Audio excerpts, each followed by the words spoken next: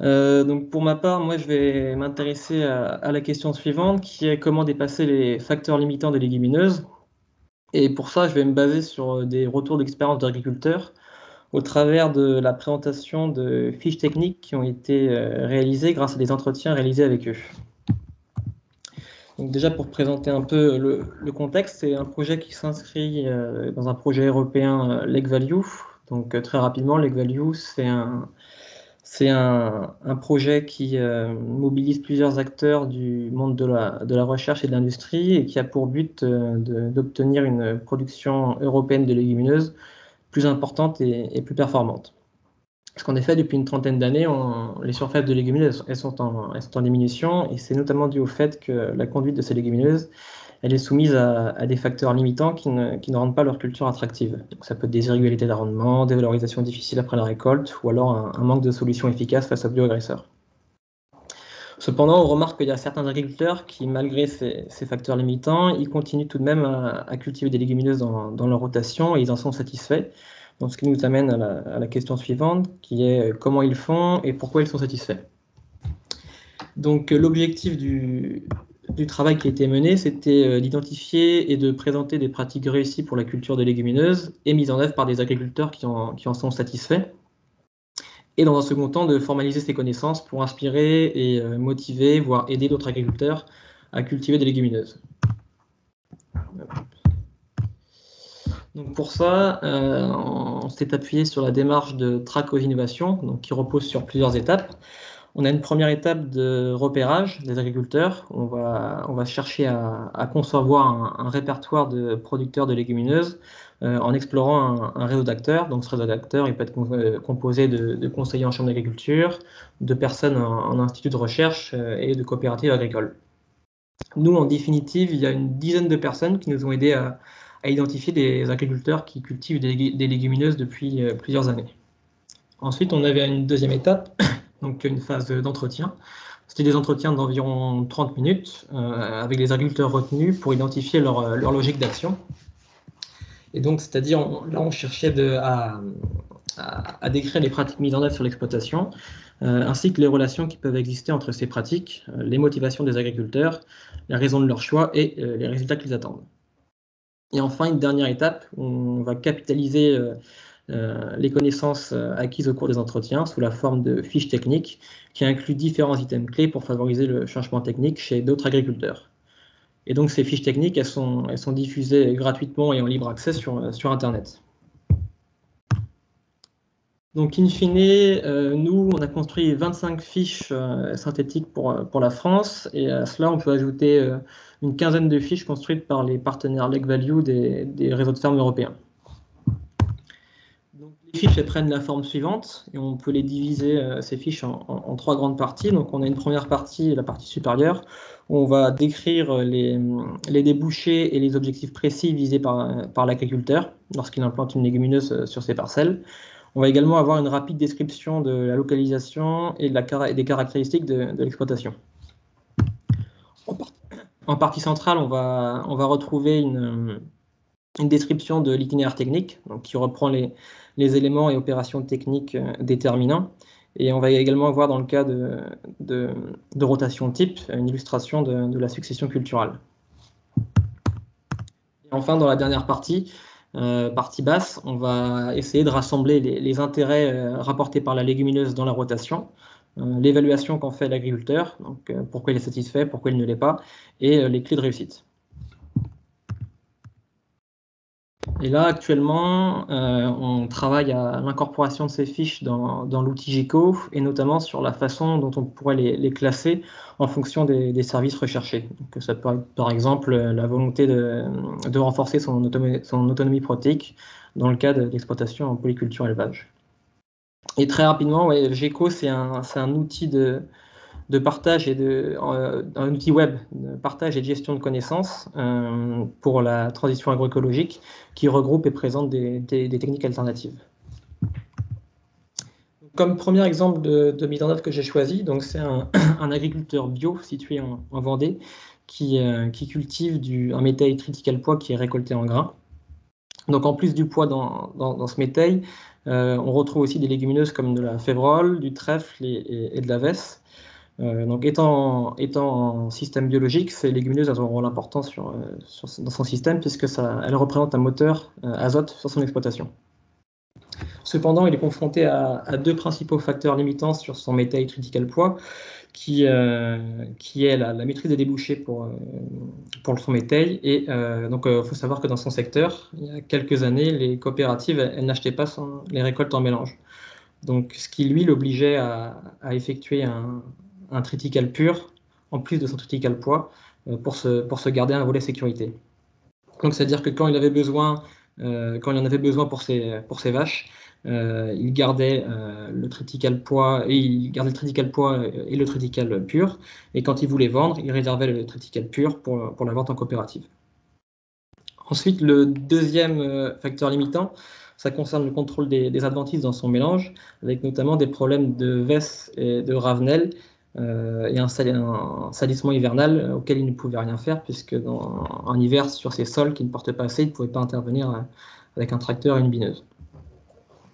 Ensuite, donc, les solutions qui ont été mises en place pour remédier à ces facteurs limitants, ça a été dans un premier temps pour la maîtrise des débouchés, d'investir en collectif au travers d'une CUMA dans un trieur rotatif à 4 grilles.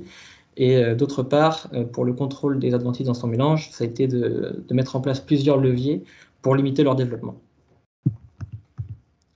Concernant les leviers qui sont mis en place pour limiter les adventices dans son métail critical pois, il va au début mettre en place 2 cultures de printemps, donc représentées par les cultures de maïs ici sur la frise, qui vont lui permettre d'atténuer son salissement l'hiver.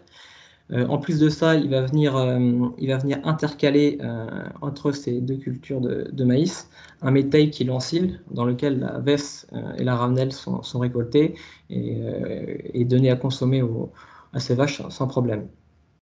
Ensuite, le dernier levier qui est mis en place, ça va être il vise une concurrence maximale à la levée. Donc pour ça, il va jouer sur les densités de semis, avec un objectif de 15 pieds par mètre carré de poids et de 300 pieds par mètre carré de triticale, pour couvrir au maximum le sol. Et toujours dans l'objectif de couvrir au maximum le sol, sur une partie de son exploitation, depuis 4 ans, il met en place une prairie sous-semée dans son triticale pour amener de la compétition aux adventices. Et donc cette prairie, elle repart après le battage début juillet. Et il mentionnait bien que cette prairie, elle a peu, voire pas d'effet dépression sur son métail critical pois. Ensuite, pour maîtriser ses débouchés, donc on l'a vu, il utilise un trailer mobile en CUMA, donc c'est un trailer à 6 descentes, avec une descente de soufflerie, une descente première grille, deuxième grille, troisième grille, quatrième grille, enfin une dernière descente qui récupère tout ce qui n'est pas passé juste avant. Et ce trailer, il offre la possibilité de récupérer les produits de tri soit en big bag, soit directement dans les remorques, avec par exemple une remorque pour son triticale et une remorque pour le poids. C'est un trieur 4 grilles réglable, donc ce qui permet d'envisager beaucoup de combinaisons et aussi de trier une large gamme de diamètres de graines. Donc ça va des plus petites du trèfle jusqu'aux des plus grosses févroles. Et il y a un débit intéressant, donc on est de 7 à 8 tonnes heure pour son métail critical poids. Donc justement pour son mélange, là il va garder le poids pour son activité d'élevage, il va pouvoir vendre une partie du critical poids en coopérative s'il est excédentaire en énergie. Et son trieur, ça va également lui servir à trier ses autres cultures, comme sa févrole pure ou alors ses trèfles, où il veut garder une partie pour la semence. Et donc les bénéfices qu'il a en retour grâce à ce trieur, ça va être davantage de contrôle sur le devenir de ses récoltes. Il va pouvoir systématiser son triticale pois et ne plus recourir à un triticale pur par défaut. Il va gagner en autonomie de semences fermières et il va pouvoir développer davantage ses métails en les complexifiant avec davantage d'espèces et pouvoir les trier ensuite grâce à son trieur. Ensuite, le deuxième exemple de mise en œuvre, donc je vais passer assez rapidement dessus parce que je vais manquer de temps sinon. Donc c'est un agriculteur situé en Seine-Maritime, donc qui va implanter une culture de luzerne en été, qui sera valorisée en ensilage. Donc sa culture de luzerne, elle est laissée en culture pendant 4 ans. Et donc les deux facteurs limitants qu'il rencontre sur cette culture, ça va être de la compétition avec les adventices et la maîtrise de la levée, notamment du fait des faibles pluviométries en été. Et donc les moyens qu'il a mis en place pour gérer ces facteurs limitants, ça a été au niveau de la compétition pour les adventices, d'utiliser des plans de campagne Donc c'est du trèfle violet qu'il associe à sa luzerne et qui va venir boucher les trous là où sa luzerne disparaît. En complément, il va également recourir au faux semis sur l'orge pour diminuer le stock de graines dans le sol et éviter une trop forte concurrence avec des repousses de graminées en début de végétation. Au niveau de la maîtrise de l'alvé, là, cette fois, il va cibler de bonnes conditions au semis. Donc, ça passe essentiellement par planifier son implantation juste avant un épisode pluvieux pour favoriser une levée rapide de sa luzerne. Donc là, je passe rapidement dessus parce que c'est ce que j'ai dit juste avant, en un peu plus détaillé. Et donc les bénéfices qu'il en retire, ça va être une restitution d'azote pour les cultures précédentes, donc maïs et blé, avec un gain de productivité sur ces deux cultures. Il va également diminuer les apports d'engrais chimiques sur ces deux cultures. Et grâce à son système racinaire profond, ça apporte également une sécurité en conditions séchantes. C'est un très bon levier pour lutter contre le chardon, grâce notamment au phénomène d'étouffement et aux coupes successives. Ah oui, voilà, donc là, sur cette dernière diapo, je voulais présenter un peu pêle-mêle quelques facteurs limitants qui avaient été évoqués par les agriculteurs lors des entretiens et quelques leviers qui ont été mis en place en réponse à ces facteurs limitants. Voilà, ouais, j'ai terminé ma présentation. Merci, Louis. Donc, du coup, pendant que les questions arrivent, donc n'hésitez pas à les noter dans le chat ou à lever la main pour prendre la parole. Marie-Sophie Petit précise que GECO présente aussi des systèmes de culture ou des combinaisons de techniques sous forme d'exemples de mise en œuvre, ainsi que des règles de décision, comme par exemple dans le projet Decileg. Et elle a mis le lien pour ceux que ça intéresse. Donc, n'hésitez pas à aller voir. Est-ce qu'on a des questions pour Louis dans les participants? Les fiches pour l'outil GECO, vous pensez les avoir disponibles? Bah là, actuellement, avec Marie-Hélène, on est en train de travailler dessus et on espère qu'elles seront disponibles d'ici la fin des vacances, quoi, donc fin août. Il faut encore qu'on réfléchisse sur, comme je disais, sur la façon dont on peut les classer pour essayer de les répertorier un petit peu et, en fonction de ce qu'elles apportent. D'accord. Donc j'ai Anne-Sophie qui vient à l'instant de mettre une question. Est-ce que les légumineuses réussies sont toujours associées à l'élevage ou le plus souvent associées à l'élevage? Non, pas forcément, pas forcément. C'est assez égal, hein. C'est pas forcément associé à l'élevage. On a beaucoup de fiches qui sont issues d'exploitation en polyculture élevage, mais beaucoup d'autres fiches sont aussi, par exemple, j'ai des cultures qu'est-ce que je peux avoir qui n'est pas associé à l'élevage? J'ai j'avais des paysans boulangers qui cultivaient du lupin jaune qui était particulièrement réussi en Bretagne. Et pareil dans la région sud-ouest, avec des mélanges céréales, légumineuses pour destinés à la boulangerie, à la meunerie. D'accord. Est-ce qu'il reste une question ou une remarque? Bah, si personne ne veut s'exprimer, moi je veux bien faire une petite remarque. Ça concerne les conditions de réussite de l'implantation des petites graines, notamment de la luzerne et du trèfle.